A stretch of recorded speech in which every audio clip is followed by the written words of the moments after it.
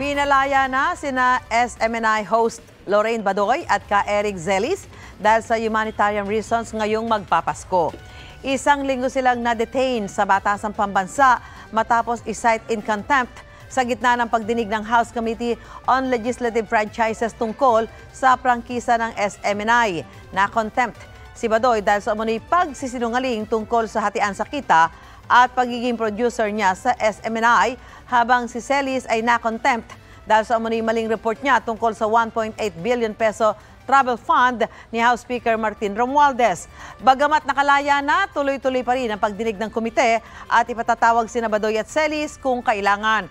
Samantala, nirefer na sa komite ang panukalang batas para bawiin ang prangkisa ng SMNI.